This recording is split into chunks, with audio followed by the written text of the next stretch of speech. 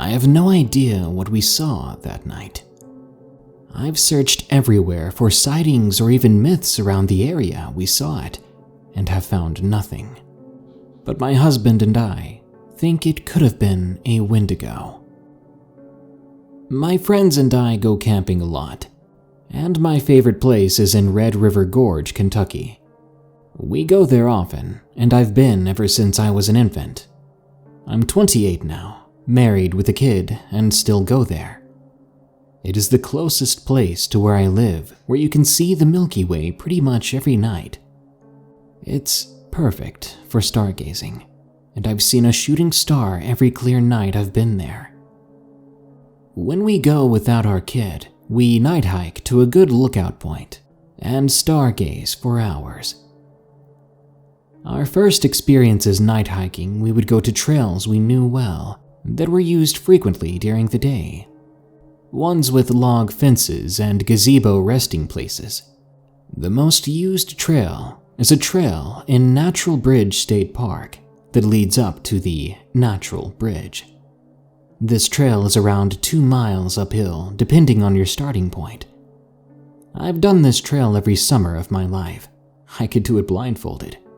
It has wooden steps, carved rock steps, log handrails, multiple sitting points under a roof, trash cans, but after reaching the main trailhead, it had no lights at all. It's used often, and while it is uphill, the difficulty is low. As long as you have good grip on your shoes and water, you'll be fine. My friends have done it with me multiple times and are confident in it as well. Hiking this trail at night is not allowed, but it is the woods, and I've never really been one to care about closing times for the literal outside. When we used this main trail to hike to the top, we would park in a lot designated for the pool and Hoedown Island. You walk across the road that leads to the pool, and you're at the first trail marker. You go up gravel for a while and pass the Natural Bridge State Park Lodge. There's a waterfall and some lights, so it was best to go fast and watch out for rangers, who would tell us to leave. Then you walk across another road and there's a mini shelter to sit in, or a small rock wall to rest your legs. Then it's the beginning of the trail to the top. That night was weird to begin with. As soon as we started the hike, the clouds took over, and it appeared we'd be walking for nothing to even stargaze at. But we went anyway, just in case it cleared out by the time we got up there. In the beginning, it was just normal paranoia that was keeping us stressed and quiet, it seemed. You know you've reached the bottom of the bridge when you see a giant wall of limestone. During this time, there was a gazebo that set to the right of this wall, and the trail continued and followed next to the wall. Where you come from is a fairly steep part of the trail, and the gazebo was welcomed. My husband, my best friend at the time, and I all sat on the gazebo steps. The bench is under a roof and even darker than the rest of the outside, so we just stayed on the steps. We were looking down the trail that follows the limestone wall. We each have a bright LED headlamp and a handheld flashlight. We don't usually look at each other when we night hike because the lights are so bright. We sat in a line like the Lord's Supper and walked in a line or staggered so we don't blind ourselves. It's after hours at this point. No ski lift rides had gone up for hours, and the rangers had already done their sweep and had left right before we got out of the car to head up. We left no time between them making sure the trail and top were clear before starting our hike up. The ski lift takes you up to the top, but there are workers that stay and do counts and only leave after it's clear. I guess I have to make these points because that's what I was thinking when seemingly out of nowhere, this girl with a headlamp begins to walk down the trail we're looking out at. She's in a sundress and flip-flops. This hike is uphill, and while it is a fairly easy hike, it is not easy without water or real shoes. She'd have to have hiked up and down to this point with no food or water. Her light was bright, and when she reached where the trail turns from in front of the gazebo to down where we came from, she stopped. She just stood there straight on, like how a human is presented in an anatomical drawing. She was looking directly at all of us sitting there, and her light made me bring my hand up to shield my eyes. She didn't turn away from our lights at all, and she didn't even seem bothered that she had 6 LED lights aimed right at her face. I said, "Hello?" She responded with a pause between every word, something like, "Hello, how are you?" I said something along the lines of, "Good, how are you?" She took even longer pauses than before and said, "Oh, I'm fine." She then just stood there, still with her hands to her side and facing and staring at us.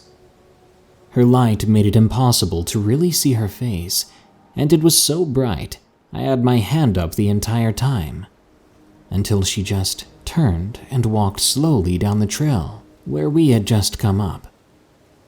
She got to a part where the trail turned, and we saw her light just stay in that one spot for a minute, until she turned and the light faded out of sight.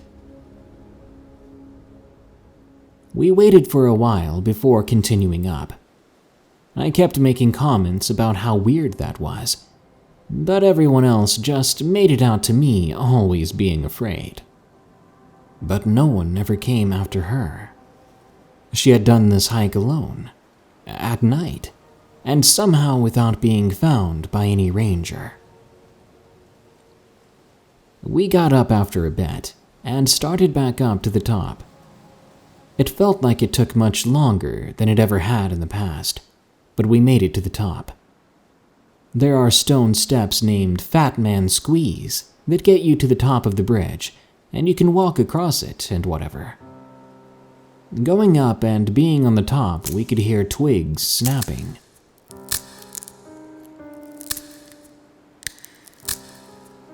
We lay down and tried to stargaze, but the clouds are even thicker now. It was miserably hot. We could hear voices at times, and my husband kept checking for people we heard. He never saw anyone. We saw a light flash, never saw anyone attached to it. But then we heard a bird call, but it wasn't like a real bird noise at all. It sounded like a person making bird calls, like rhythmic and not really natural.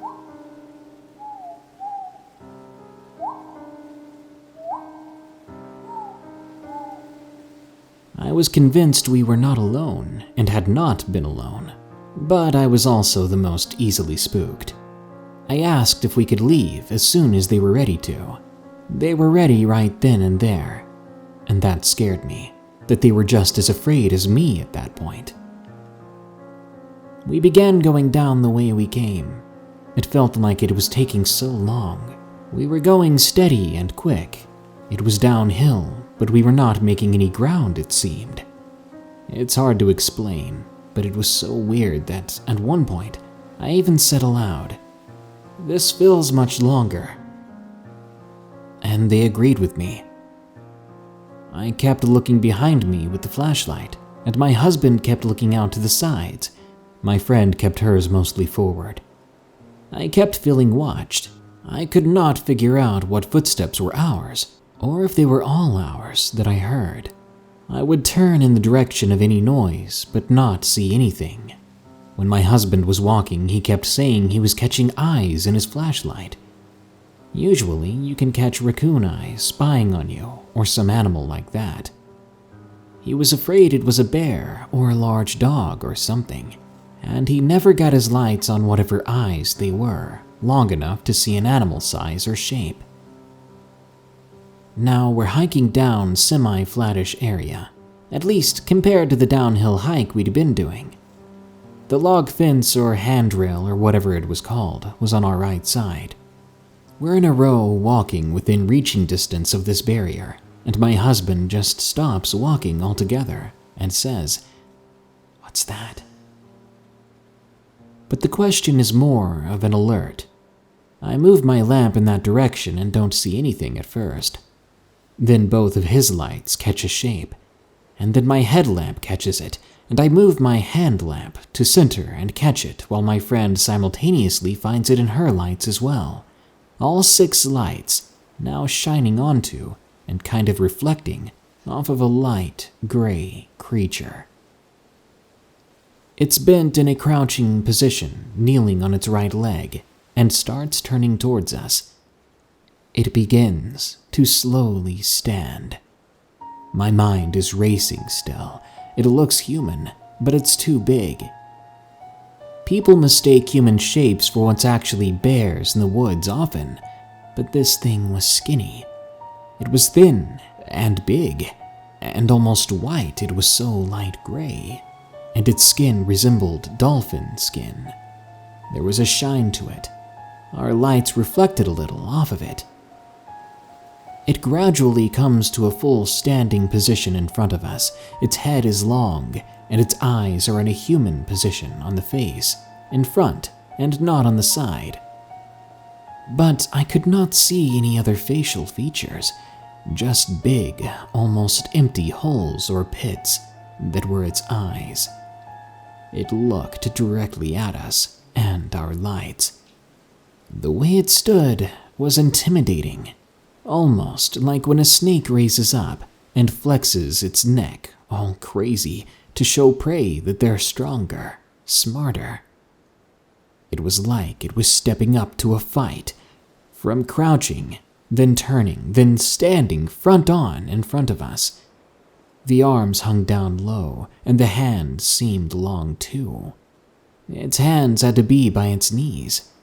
I'd guess it stood 9 feet or so, and not that far in front of us. No hair at all, and its head was large as well. I couldn't process what I saw, and I was frozen. Then I feel my husband hitting me on the back, yelling, "Run, run, run!" I start to understand we have to get away from this thing, and it pivots and runs to the right. It was going backwards on the trail, so it could get around the barrier and onto the trail behind us.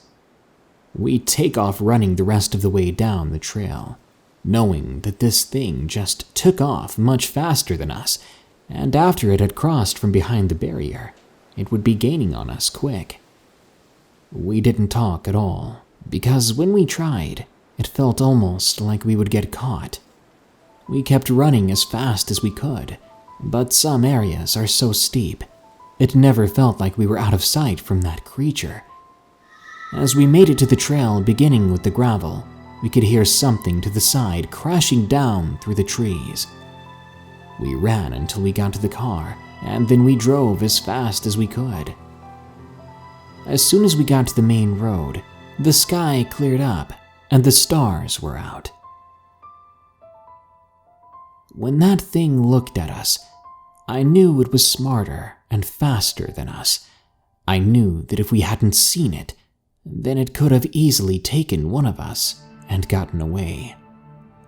I think the only reason it hesitated was because so many of us saw it at once, and we stayed together. When we made it back to where we were staying, all of us took out our phones and wrote a note for what we saw happen. We hadn't spoken about it until after we looked at each other's phones, and the stories were the same. Without a doubt, we had all seen something real.